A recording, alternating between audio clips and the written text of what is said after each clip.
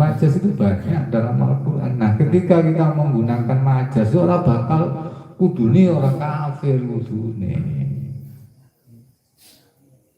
orang kafir. Ya. Mengingkari majas, kalau orang yang mengingkari majas, ya wassalamualaikum. Siapa yang mengingkari majas? Contohnya, balik Ibnu Taimiyah. Ibnu Taimiyah itu mengingkari majas. Tidak ada majas dalam Al-Quran. Itu kata Ibnu Taimiyah. Karena tidak ada majas di dalam Al-Quran, cara Ibnu Taimiyah, semua lafaz dimaknai menurut hakikatnya, menurut zahirnya. Jadi ketika ada lafaz yad dalam Al-Quran, ya dimaknai tangan. Wong dia mengingkari majas. Ketika ada lafaz ain dalam Al-Quran, ya dimaknai moto. Gusti Allah jadi punya mata. Ketika ada wajah, ya dimaknai wajah, karena mereka disebut golongan-golongan yang mungkirul majas, orang-orang yang mengingkari majas. Lah sampai mengingkari majas, akidah itu menjadi sangat dangkal. Nah ini perkara itu iso digambar, diungkapkan dengan lafaz yang hakikat tidak, ya tidak bisa. Kalau mengingkari majas berarti karepe kuwi semuanya harus menggunakan lafaz sing penunjukannya hakikat. Lawan dari majas itu namanya hakikat. Kalau dia mengingkari majas, tapi kan fatal ini perkara itu diungkapkan dengan hakikat kepiye. Bagus Allah digambarkan dengan hakikat itu bagaimana? Dan aku menggambarkan kopi dengan lafaz hakikat bisa, karena ini terlihat musawwar. Jadi kalau hakikat itu memang perkara sing musyawarah yang bisa digambarkan, bisa dideskripsikan. Nah kalau Allah mau diungkapkan dengan bahasa yang menggunakan hakikat, ya yo kepiye?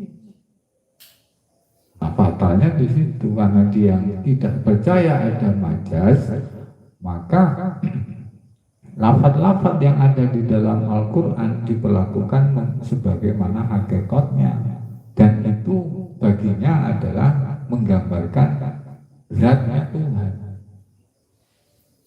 Paham nggak di sini? Dari sini paham ya?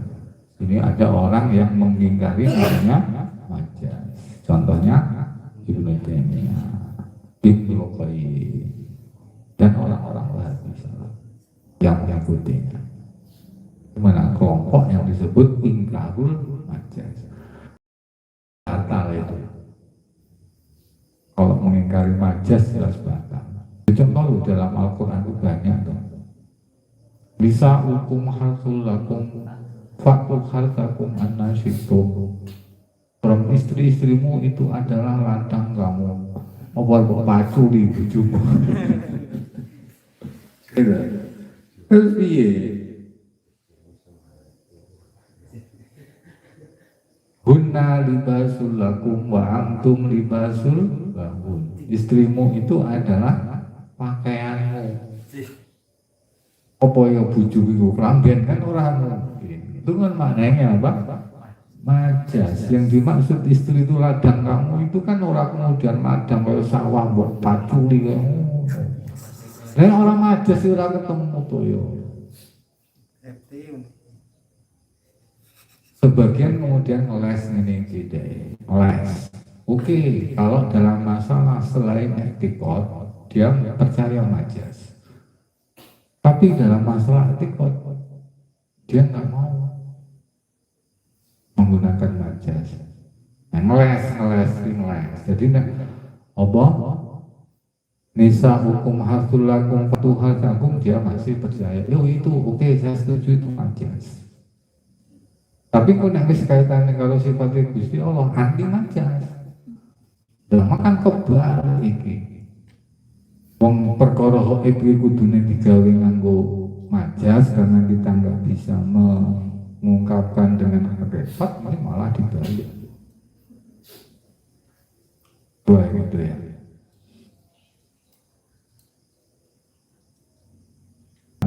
Maka kata Imam Syafi'i itu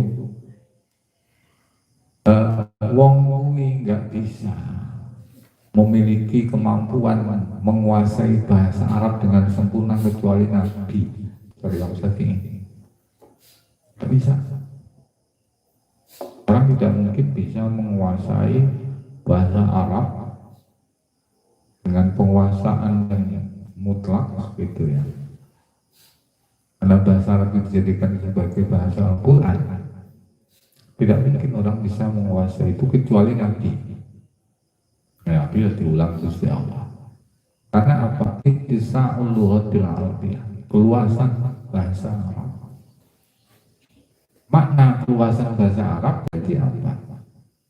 Ya tidak terpaku terkotak hanya pada majas. Bahasa Indonesia yang majas kok. Itu loh, sampai pelajaran bahasa Indonesia yang majas ya. Majas apa wae? Hiperbola. Hiperbola, bola kasti, bola. Tidak, persona, ayo semua kalian. Bahasa Indonesia le ono, apa nih?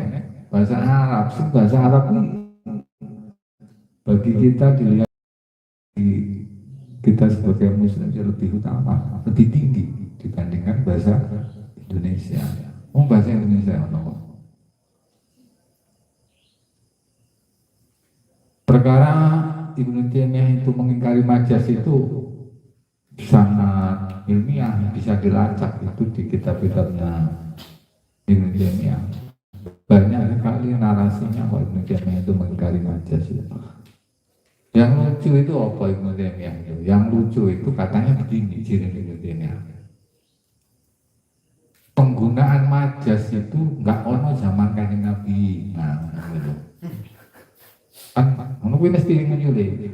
Majas itu nggak ada dalam era zaman sahabat. Kanjeng Nabi nggak ada istilah majas. Tabiin nggak ada.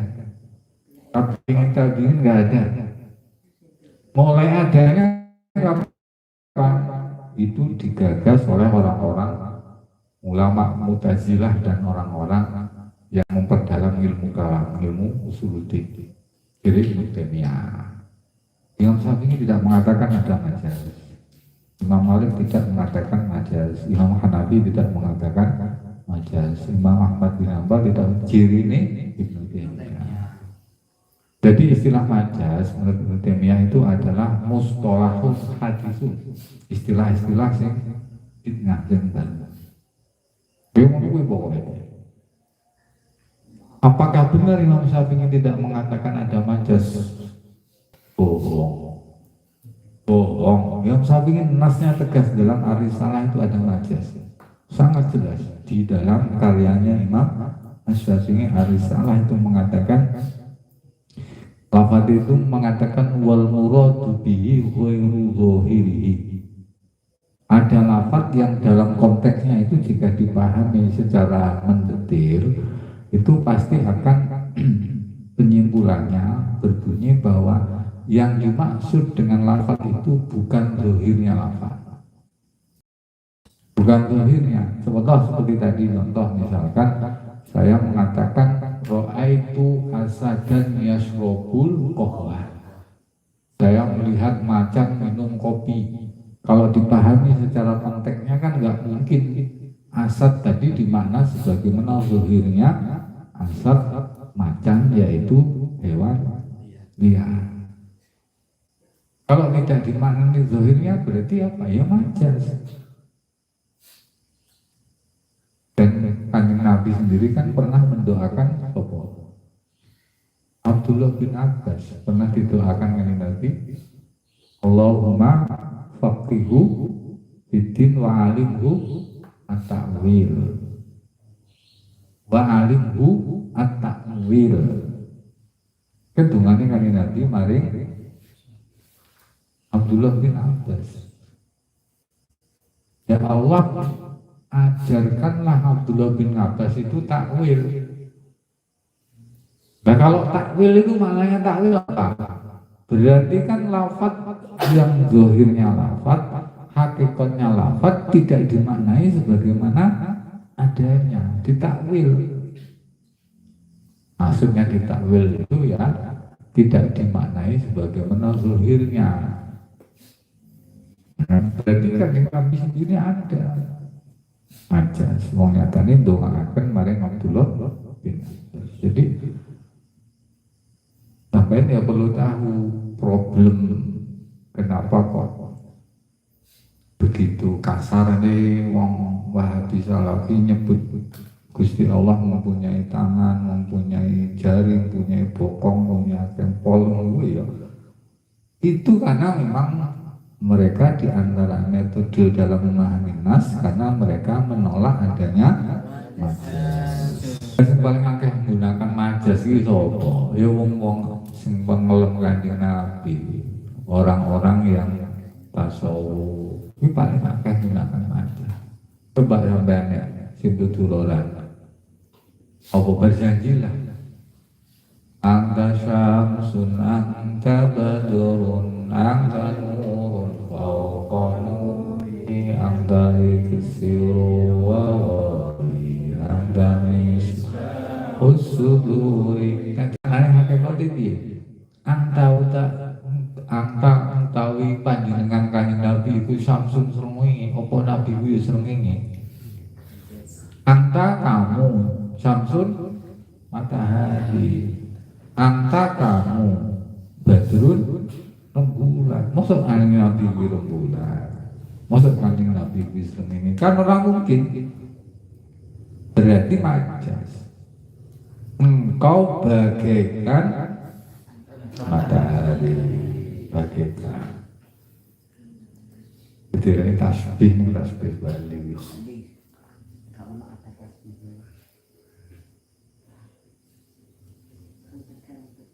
Ya macam-macam. Macam-macam. Orang-orang yang parkar Gusti Allah, para wali yang sampai moco singiri syair-syair di dalam syair-syairnya Jalaluddin Arumi ya. Dengan bahasa cinta kepada Allah sehingga ungkapannya itu jeru banget. Ungkapan jeru pemanaan dalam itu hanya bisa diungkapkan jika menggunakan majas. Enggak nggo majas, enggak iso. Enggak jeru, cetek. Orang ngomong Mas Eko dengan hakikatnya Mas Eko yang misalnya cetek banget. Mas Eko adalah orang tingginya segini kan, bajunya ini. Karena yang saya ungkapkan menggunakan hakikat, tapi tidak menggunakan majas. Tunggu direkor kondisi apa kira-kira tinggi mana. Yang paling penting dalam kaitan majas kalau hakikat itu iki nanti penerapannya di ilmu akidah. Maka ngendikannya Syekh Wijaya dengan di ceramahnya, orang yang mengingkari majas itu pasti dia akan endingnya, terakhir ujung-ujungnya itu adalah menjisimkan Gusti Allah, menyerupakan Gusti Allah dengan makhluk. Itu pasti seperti itu kalau mengingkari majas. Kalau mengingkari majas, ya mudah-mudahan kita itu ya sangat penting belajar akidah seperti ini, mengkaji kitabnya Syekh Muhammad, karena ini menggulai kitab yang nonton Lampung ini kayak alhamdulillah Ramadan ini kita bisa mengkaji yang didahului dengan kemarin materi-materi tentang keras wajah. Sangat penting. Karena itu tadi, kita itu mau berharap kelompok-kelompok mujasim yang menjisimkan Gusti Allah, mensurupakan Gusti Allah, arah-arah sudo kirangel. Kelompok-kelompok hijrah itu mau sudo ya nambah lagi. hijrah dari akidah tanzih menjadi akidah tatsih. Hijrah dari tadinya mengatakan Allah tidak ada serupa dengan apapun, jadi ke akidah yang mengatakan bahwa Allah punya bokong. Ini kan parah hijrah ya. Hijrah minal jannati ilan nar. Nauzubillah min dzalik. Wallahu